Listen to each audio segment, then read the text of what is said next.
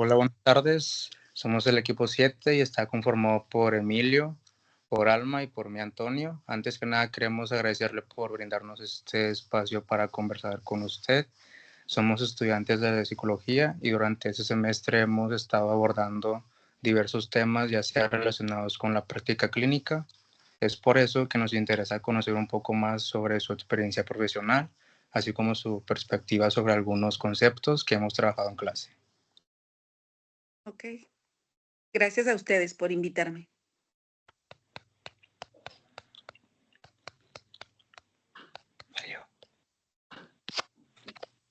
Para comenzar, nos gustaría saber un poco más sobre usted. Primeramente, ¿en qué institución cursó sus estudios de psicología? Ok, muy bien. Pues bien, cuando estaba yo por terminar, digo, me voy un poquitito antes de el haber elegido la carrera. Cuando estaba yo como estudiante de preparatoria, estaba en el dilema de si el estudiar leyes, derecho, o estudiar psicología. La verdad no batallé mucho en elegir, que finalmente me incliné por la carrera de psicología porque siempre me gustó el escuchar a los demás, el poder ayudar a los demás desde un consejo, desde una escucha ante las situaciones diversas de las personas. Entonces, como siempre me ha gustado la ayuda hacia los demás, esta fue como la primera em, situación o el principal motivo por el que la carrera de psicología. Yo inicié en el, em, inicié, a ver, me egresé de la facultad en el 94, egresé en el 89. En 1989 ingreso a la carrera de psicología de la facultad de la Universidad Autónoma de Nuevo León. Cuando yo inicié mi carrera, realmente estaban con un sistema muy distinto al que sé que ahorita actualmente están. Es decir, yo llevé a cabo los primeros 6 semestres, porque son 10, los primeros 6 semestres los cursé, lo que se llamaba psicología general, que veíamos como de todo un poco. Este, y los 4 últimos semestres, del séptimo al décimo, ya teníamos que elegir o tenemos que cursar la acentuación, el área de acentuación, que en aquel entonces estaba el área clínica, el área social, el área infantil, el área conductual y el área laboral. Y yo opté por el área clínica. Los primeros 6 semestres fue psicología general, los últimos 4 fue ya el área de acentuación. Y finalmente egreso de la facultad en, en el 2000, no, en 1994. Es que estoy un poquito perdida en el tiempo porque ya pasaron muchos años. Sí, egresé en No se el preocupe. 94 y finalmente pues obtengo mi título en el 95.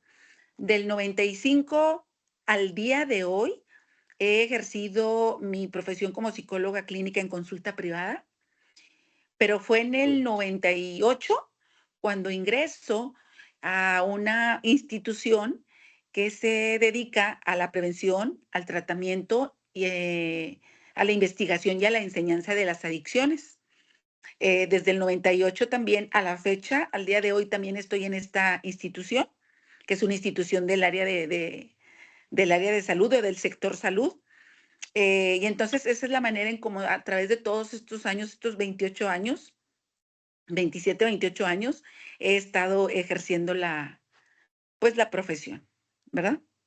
O- Ok, muchas gracias, muy interesante. Entonces diría Mm. que su principal motivo para elegir esta carrera fue el hecho de lo que nos comentó, ¿no? De ayudar y escuchar a las personas. Así es, ese fue el motivo principal. Ok, bastante, muy buen motivo diría yo. Y así mirando un poco hacia atrás, desde que inició su práctica clínica, ¿verdad? ¿Cuál diría que ha sido su mayor aprendizaje? Así, muy por encima, uno que más recuerde. Pues es que yo aprendo, o sea, vaya, no se termina de aprender, no se termina de aprender. ahora sí que aprendo día a día y de cada paciente que atiendo, de cada paciente que veo, siempre aprendo. El paciente siempre me enseña algo, el paciente siempre me deja algo. Pero bueno, si pudiera darte una respuesta a la pregunta que me haces, yo creo que lo que más he aprendido es que, por ejemplo, tengo especialidad en adicciones. Entonces, algo que yo he aprendido más es que las personas adictas a sustancias son personas que sufren. La adicción, al final de cuentas, se le conoce como la enfermedad del dolor, que hay un dolor, pues no, un dolor emocional, ¿sí? Que la persona padece, que al final de cuentas la adicción es como un grito, ¿verdad? De ayuda. Entonces, el aprender el sufrimiento de las personas, que es la principal causa por la cual consumen diversas sustancias hasta llegar a la adicción, yo creo que eso es lo que me ha dejado más de enseñanza, ¿sí? La cuestión de la empatía hacia las personas, el trato cálido, porque si ya son personas que sufren, bueno, por lo menos tenemos que asegurar que el trato hacia la persona sea un trato cálido, empático. Ok, bastante interesante. Bueno, de mi parte, sobre el tema de formación y trayectoria, sería todo. Puede continuar, creo que mi compañero Antonio. Después tengo una pregunta, la cual viene siendo: durante el semestre hemos hablado mucho sobre la salud mental. ¿Usted, desde su experiencia, cómo la definiría?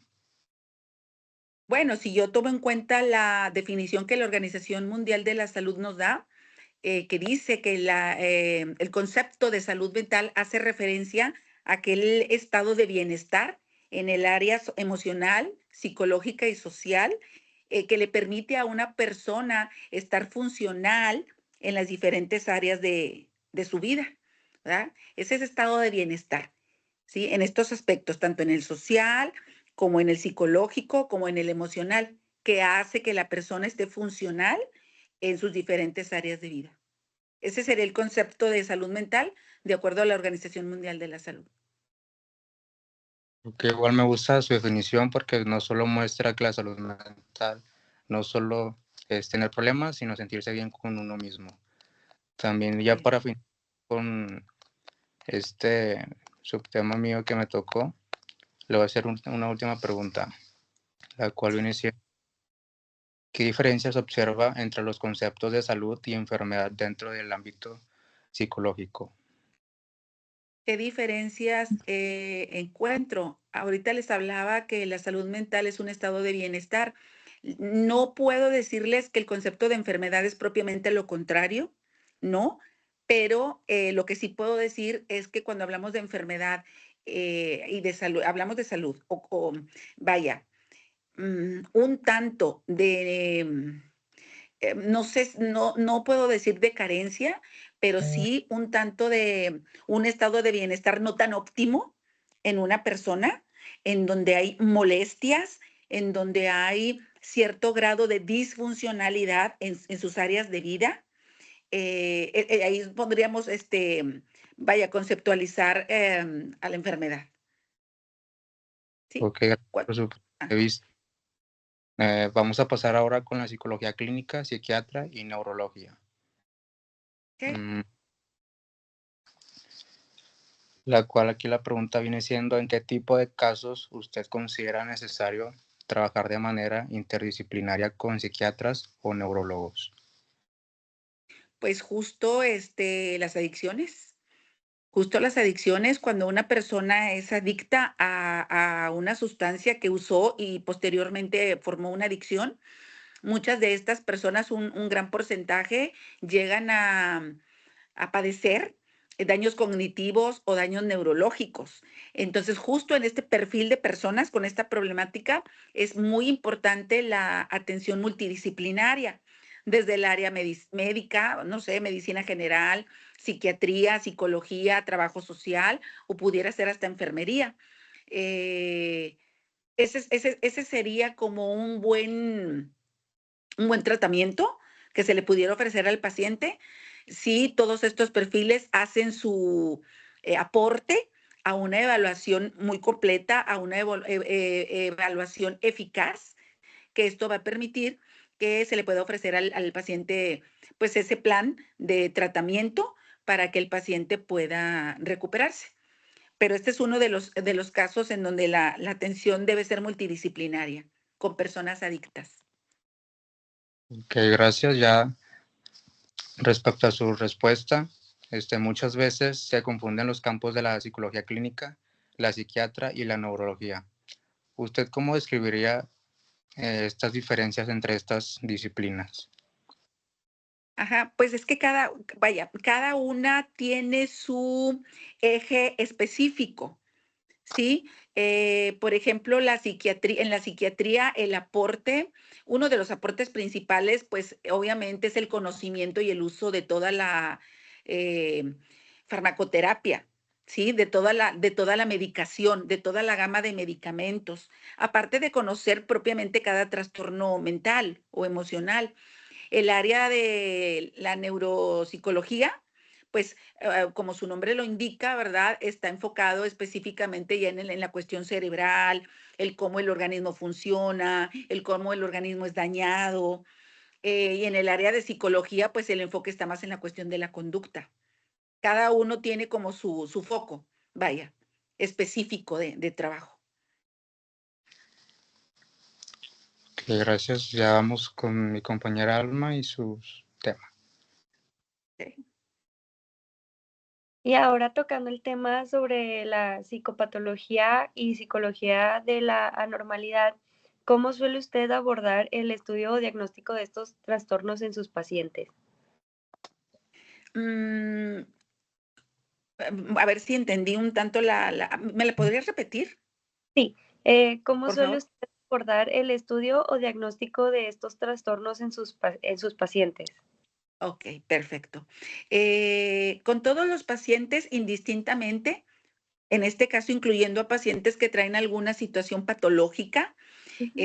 o algún trastorno del estado de ánimo, de la conducta o de personalidad, indistintamente yo con todos los pacientes inicio con una especie de evaluación, ¿sí? Una evaluación que abarca de 6 a 7 sesiones, en donde empleo lo que es la entrevista psicológica, lo que son cuestionarios, preguntas y respuestas, aplicación de escalas, una aplicación de batería psicológica, ¿sí? En donde generalmente me apoyo de test proyectivos, como el Bender, el Macover, persona bajo la lluvia, frases incompletas. De todos estos recursos me apoyo para poder lograr una evaluación, pues lo más genuina, lo más acercada, ¿sí? O lo más cercana a poder detectar, ¿sí? De lo que el paciente está padeciendo y poder establecer un diagnóstico preciso, ¿verdad? Entonces me baso en toda esta especie de recursos, desde la entrevista cara a cara con el paciente, preguntas, respuestas, escalas, pruebas proyectivas. Eso es de lo que Ok, me apoyo y es la evaluación generalmente la abarco de 6 a 7 sesiones. ok, muchas gracias. Sí. Otra pregunta es, desde su punto de vista, ¿cuál considera que es la principal causa de los trastornos psicológicos en la actualidad? Híjole, hablar de un factor en específico es complicado. Más bien hay una gama de factores que merman o que impactan en el estado psicológico o en las patologías de las personas, desde carga genética, desde situaciones generacionales de la persona, ¿verdad? De sus ancestros, digamos, lo que vienen otros personas de su familia padeciendo, desde la forma en que creció, qué infancia llevó, cómo lo formaron, em, el ambiente social, el entorno en donde la persona crece, se desenvuelve, este, lo cierto es que alguna pérdida, algún duelo, digo, son muchísimos las causas que podrían impactar en una persona a tal grado de desencadenar alguna patología o algún trastorno mental, como Ok, los que les acabo de mencionar, ¿verdad? El haber sido víctima de alguna situación, por ejemplo, como de violencia y lo que en la persona deja como secuelas, depresión, ansiedad, como lo decía ahorita, el haber tenido alguna pérdida y el proceso de duelo que la persona tiene que transitar. Son muchísimas las causas, hasta las cuestiones de inseguridad en las que vivimos ahorita, merman, impactan en la salud de la persona. Ok, me parece muy interesante su respuesta. Para finalizar este subtema, ¿qué estrategias utiliza para distinguir entre un comportamiento anormal y una respuesta adaptativa al entorno? Por ejemplo, la observación al Ujú. paciente, a la persona que está siendo evaluada, que está siendo entrevistada, el lenguaje corporal, eh, el discurso, de cómo maneja su discurso, de su historia de vida, de lo que cuenta de su historia de vida, de la escucha activa que yo presto a cada paciente. Y todo esto sumado a la evaluación de las que les hablaba hace unos momentos. Ok. Ujú. Ahora vamos a pasar a otro subtema, que es los modelos teóricos en la práctica clínica. Nosotros sabemos que existen diferentes tipos de modelos teóricos, por ejemplo, el psicoanalítico, el conductual o el cognitivo. ¿Qué modelo teórico utiliza principalmente para orientar su trabajo clínico? Por ejemplo, en la institución en donde laboro, hace ya 28 años que trabajo con adictos a ¿Mm? sustancias, con ellos el método técnica que empleo es la cognitivo-conductual, ¿sí? Porque la misma situación de adicción y daños y dinámica familiar ameritan, y es el método o la técnica que nos funciona específicamente con este tipo de pacientes. ¿Sí? Con los adictos. Empleamos mucho lo cognitivo-conductual, en donde trabajamos mucho los pensamientos, ¿sí? Pensamientos irracionales, cambio de pensamientos negativos a positivos, y nos centramos en la conducta, ¿sí? Para que ese pensamiento que estamos trabajando con el paciente pueda impactar de manera como un tanto más pronta o más rápida en el pensamiento de la persona, en la mente de la persona. Entonces, eso lo trabajo en la institución, ya a nivel privado, en mi consulta privada, también trabajo lo cognitivo-conductual, pero ahí me doy la oportunidad de trabajar la psicoterapia psicoanalíticamente orientada. ¿Usted Ujú. qué ventajas encuentra en ese modelo frente a otros enfoques? Perdón, ¿me repite la pregunta? ¿Usted qué ventajas encuentra en ese modelo frente a otros enfoques? Lo que pasa es que no todos los modelos Ujú. son aplicables a todas las personas, ¿sí? Por ejemplo, la psicoterapia psicoanalíticamente orientada, las personas deben de tener como cierto perfil, deben ser como candidatos para poder tomar una psicoterapia psicoanalíticamente orientada, como el psicoanálisis. No todas las personas son candidatas al psicoanálisis. Por ejemplo, las personas que se someten a una situación de hipnosis, pues no todas las personas son candidatas a hipnosis. Entonces, por eso es importante la evaluación y sobre todo que sea pues multidisciplinaria para que nos arroje mejor precisión en los diagnósticos, como les decía. Eh, Aparte del entrenamiento del profesional, les digo, yo creo que tiene mucho que ver con el perfil que el paciente presente, como para saber si es candidato, ¿no? Para cuál modelo. Ok, muchas gracias. ¿En qué Ujú. aspectos usted considera que le podrían ser útiles de los otros modelos? ¿En qué? Es que está fallando un poquito el internet y la voz se corta. Eh, ¿Qué aspectos usted considera que le podrían ser útiles de los otros modelos? ¿Qué aspectos? Ujú. Este, por ejemplo, yo que manejo estos dos, algo del psicoanálisis y de la terapia cognitivo-conductual, digo, no está peleada un modelo con el otro y, y puede combinarse, por ejemplo, desde la escucha. En ambos modelos, por ejemplo, es muy importante la escucha activa por parte del terapeuta hacia su paciente, la empatía. Ambos modelos es muy importante que se maneje la cuestión de la empatía, eh, el manejo del rapport con el paciente, como para que en algún momento dado el paciente pueda hacer esa adherencia terapéutica importante en el proceso. Entonces hay así como factores que en algunos modelos se pueden complementar. Ok, muchas gracias por sus respuestas. Eso sería todo de mi parte. Lo dejo con mi compañero Emilio. Sí, gracias. Bueno, retomando un poco el tema este de su experiencia profesional, sus principales técnicas y herramientas que utiliza sería, bueno, empleándolo en su trabajo diario, sería lo del cognitivo conductual, ¿no? Dijo. Sí, Ok. sí. Dijo el cognitivo conductual y había dicho otra, no recuerdo cuál era. La psicoterapia psicoanalíticamente orientada. Ok. Y nuevamente, retomándolo, por así decirlo, en su trabajo, ¿cuál cree que serían esas ventajas o las ventajas principales que usted le ve utilizando pues estas herramientas? Pues la recuperación del paciente, la modificación de los pensamientos, desde los pensamientos, les decía ahorita, negativos a positivos, ver un cambio de conducta.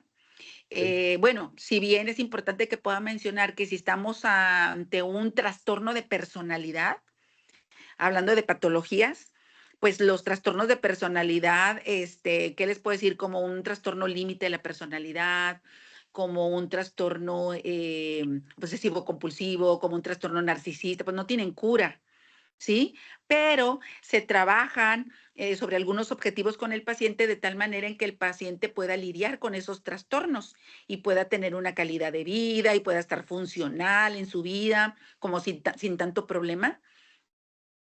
Estas son las ventajas que puedo encontrar en el uso o en la aplicación de estos modelos, que le permite a la persona también concientizarse de su problema, concientizarse de su vida, hacerse responsable de su vida, hacer cambios, una reconstrucción. Son ventajas de poder emplear estos modelos. Ok, bastante interesante, la verdad. Bueno, a lo largo de su carrera, me imagino que ha tenido muchos casos, ¿verdad? ¿Me podría mencionar así muy por encimita un caso, ¿no? Que haya sido particularmente complejo o desafiante? ¿Ha tenido algún caso así? Y si es así, ¿me Muchos. puede decir también cómo lo manejó? Sí, muchos. La verdad es que sí he tenido casos muy, muy complejos.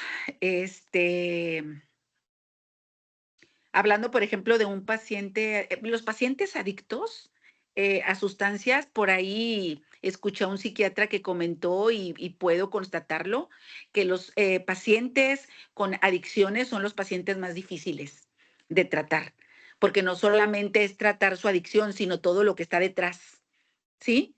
Todo lo que emocionalmente le duele, todo lo que viene cargando. ¿Sí? Entonces son los pacientes que suelen ser más complicados y son con los que yo trabajo todos los días, todo el día, ¿verdad?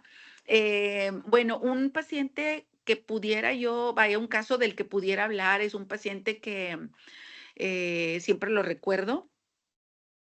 Es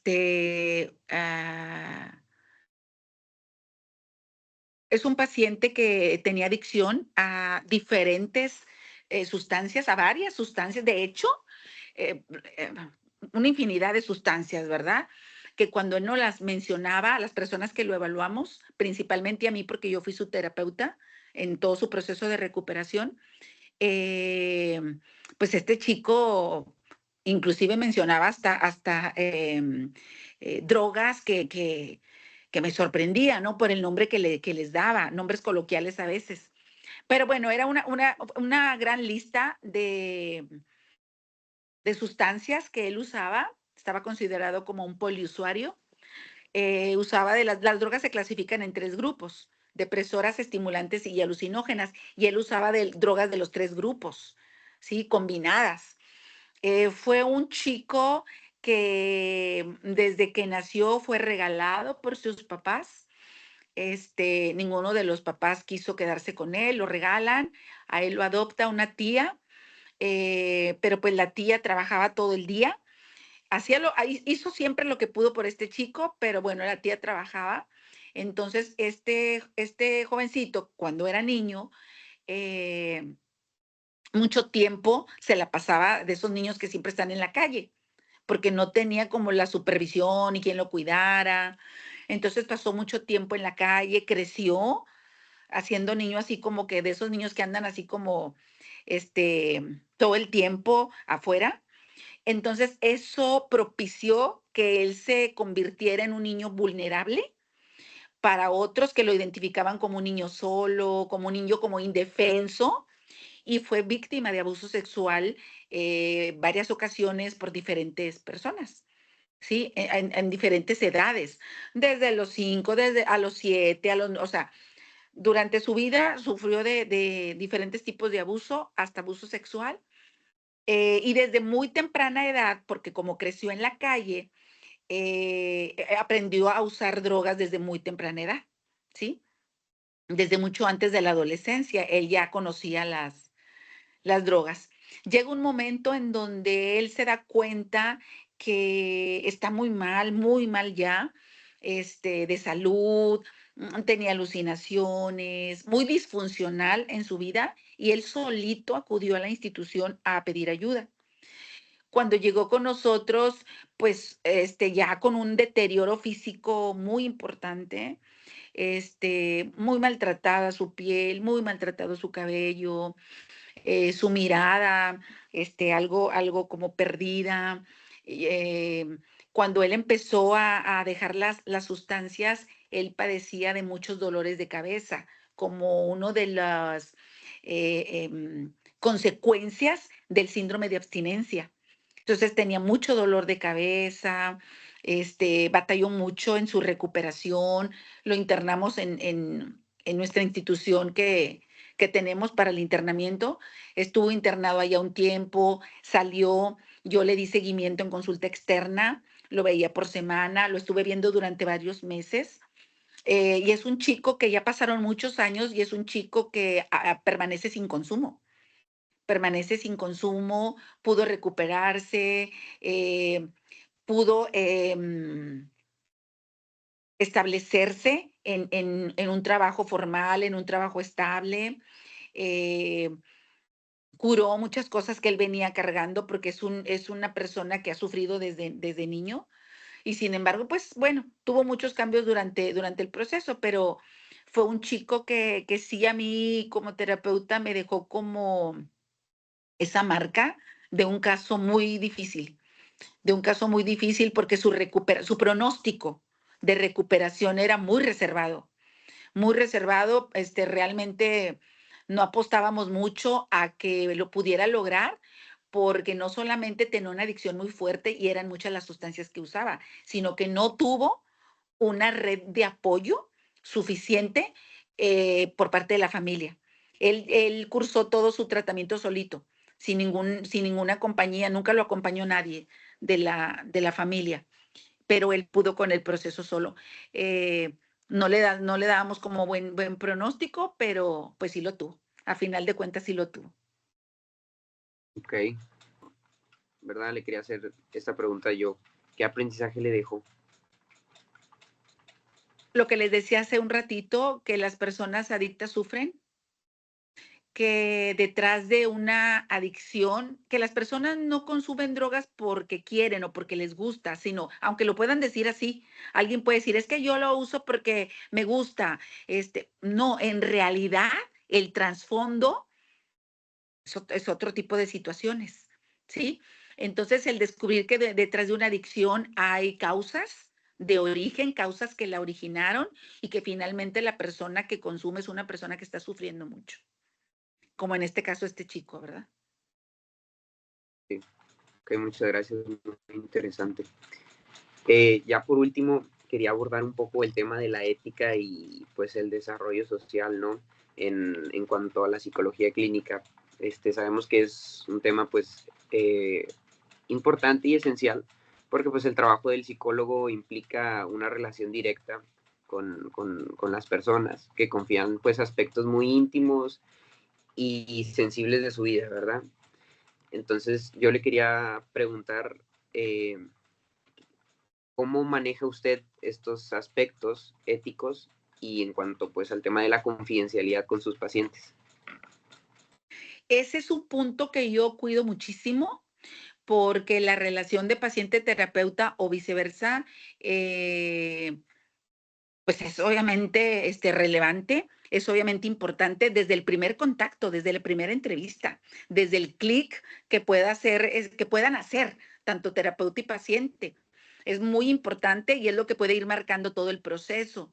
La confidencialidad debe empezar desde el día 1.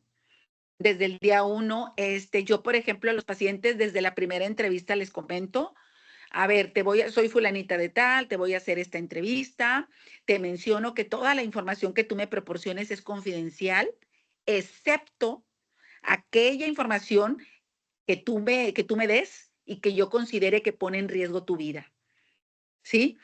Es decir, todo es confidencial, pero si el paciente, por ejemplo, a mí me dice, que trae pensamientos de muerte, de suicidarse y que ya tiene un plan y que ya tiene los medios de cómo lograrlo, es algo con lo que yo no puedo quedarme. Y entonces ahí la confidencialidad, digamos que se rompe y yo tendría que notificar a la familia del riesgo que el paciente está corriendo.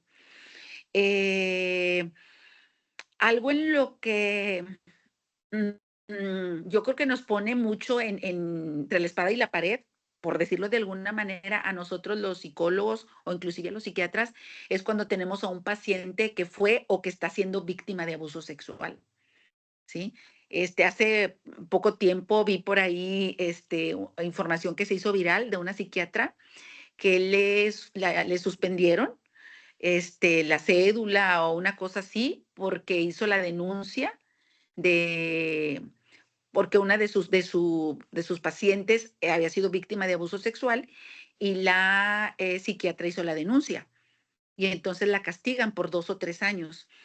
Eh, yo lo que hago en estos casos es, si es un menor de edad, primero, menor de edad o mayor de edad, yo trabajo mucho con el paciente, que es importante que la familia pueda saberlo. Primero lo trabajo con el paciente y ya de acuerdo con el paciente, informamos a la familia, ¿sí? Me ha tocado, hace poco tuve un caso así en donde la menor estaba siendo abusada por un cuñado. Me llevé algunas sesiones con la chica para que ella pudiera entender, aceptar, prepararse como para poder decírselo a los papás. Y se lo dijimos, o sea, cuando pasé a los papás a la entrevista y ella les comenta, yo estuve presente y yo ayudé para que ella pudiera darle la información y pues también para poder dar contención a los papás que iban a enterarse de una situación muy, muy delicada, muy crítica. Este, pero la confidencialidad es un tema súper delicado y elemental que debe existir en la relación de paciente-terapeuta. Ok, muy bien, muchas gracias. A mí me queda una duda, esto de al momento en el que usted le notifica a la familia, cuando usted ya sabe que la integridad de su paciente o la de otros pues están en juego o en peligro, no me quedó muy claro, ¿usted le notifica primero al paciente que va a avisar autoridades o a su familia o lo notifica directamente con su familia o con autoridades? Yo le digo al paciente que es importante que la familia lo sepa. Ok, Que es pero por ejemplo, en este caso que les comento, yo le dije a la chica, mira, esta es una situación muy delicada, esto es un delito, esto no puede seguir sucediendo, es importante que tus papás lo sepan, tú eres menor de edad, eso complica más la situación, vas a estar acompañada por mí, seguramente tus papás van a apoyarte, yo voy a estar aquí en la entrevista. Entonces yo primero lo hablo con el paciente y es el paciente el que les dice, no yo. El paciente es el que le informa a la familia, pero yo estoy presente. ok. Ok, Y, sí, y desde mí, yo generalmente nunca me ha tocado hacer una denuncia directa a autoridades. Más bien lo hace la familia. A mí me perfecto. corresponde en algún momento dado acompañar al paciente para que lo diga a la familia y ya le corresponde a la familia y al paciente hacer la denuncia. Ok, ok, muchas gracias. Sí, sí, sí me había Ujú. quedado esa duda, ¿verdad? En cuanto a Ok. este tema. Ahora pasando a lo del desarrollo profesional, yo le quería preguntar a usted qué tan importante ve el hecho de la actualización profesional dentro de este campo de la psicología clínica, ¿no? Sabemos que está en constante actualización, pero quería saber su punto de vista o su opinión sobre esto. Ajá. Pues como toda ciencia, pues esto va cambiando, nos vamos actualizando porque las personas también van cambiando, ¿sí? Cada época, cada etapa va en cambio. Todo es constante cambio. Entonces me parece que los descubrimientos que se están haciendo hoy en día, el estar reforzando la calidez con el paciente, el por qué tratarlo de la manera en la que se le trata con esa calidez, con esa empatía, de manera muy profesional, vamos a decir como que se va puliendo, ¿no? Por ejemplo, sabemos que es muy importante la entrevista psicológica con el paciente, la primera entrevista inicial. Entonces, nos vamos actualizando en cuanto a cómo hacerlo mejor, ¿sí? En cómo hacer mejor esa entrevista. No solamente desde la escucha activa, sino también desde tu capacidad como terapeuta de la observación. Observa al paciente, su lenguaje corporal, su lenguaje facial. Todo eso se va actualizando. Todo se va actualizando, desde la entrevista hasta el momento último en donde das de alta al paciente. Ok, muchas gracias. Yo creo que ya para finalizar esta entrevista, ¿verdad? La última pregunta que le tengo es, pues, ¿qué consejo le podría dar a los estudiantes que desean especializarse en esta rama de la psicología? Mm, Principalmente, yo sugeriría que realmente amen la vocación. Yo les decía al inicio de la entrevista que cuando estaba de estudiante de preparatoria no sabía si elegir psicología o leyes, ¿verdad? Derecho. Me sigue gustando leyes, me sigue llamando, a pesar de que pasaron muchos años, me sigue llamando la atención, pero puedo decirles que hoy en día creo que elegí bien. No me arrepiento de haber elegido esta carrera, me ha dado muchas satisfacciones. Claro que terminas cansado porque es agotador trabajar con pacientes, es agotador trabajar con la conducta o la mente humana, muy agotador, más con adictos, pero te da mucha satisfacción. Te da mucha satisfacción ser acompañante, porque nosotros los psicólogos no cambiamos vidas, no nos preparan para cambiar vidas. Nadie cambia a nadie, eso lo hace el paciente. Pero sí es una gran satisfacción ser acompañante de una persona que ha decidido reconstruirse, de una persona que ha decidido hacer cambios en su vida. Es muy gratificante. Entonces yo les sugiero, los felicito por haber elegido esta carrera muy noble, porque no, mis respetos para las personas que trabajan con objetos, con otro tipo de elementos, pero nosotros hemos decidido trabajar con personas, con la conducta y la mente humana. Entonces es una carrera de mucho compromiso, una profesión de mucho compromiso, porque vamos a tratar con personas. Eh, los felicito por haber elegido la carrera, los invito a que pues tomen la carrera así como lo que es, ¿sí? De manera muy profesional, de manera muy ética, de manera muy, muy ética, hacer por el paciente lo que se pueda hacer, porque a veces queremos ayudar a los pacientes más de lo que podemos. ¿Sí? Entonces, hay una parte en donde le corresponde al paciente también poner de su parte, ¿verdad? Para que todo el resultado sea favorable. Pero hacer por la persona o las personas lo más posible que podamos hacer y siempre hacerlo desde la empatía, siempre desde la empatía. Yo creo que la empatía es fundamental. Si no hay empatía en el trato con el paciente, mucho está perdido. Entonces, manejar la empatía, la ética, mucho, mucho, mucho la ética profesional. ¿sí? Desde el guardar la confidencialidad hasta la atención al paciente, la cuestión de la puntualidad con él, ¿sí? En sus citas, estar al pendiente de lo que el paciente en algún momento dado pueda requerir si está en alguna situación de crisis, saber que tú estás ahí. Entonces, todos estos elementos yo los invito a que ustedes eh, se los crean, los procesen y los puedan tener presentes siempre a lo largo de su carrera, indistintamente del área que vayan a elegir. Ok, licenciada, muchísimas gracias por su tiempo y por ese consejo. Yo creo que lo vamos a tener todos en cuenta. De mi parte sería todo y yo creo que de la entrevista también. Muchas gracias. Muy bien. Bueno, muchas gracias por la invitación y yo espero que pues les sea de utilidad.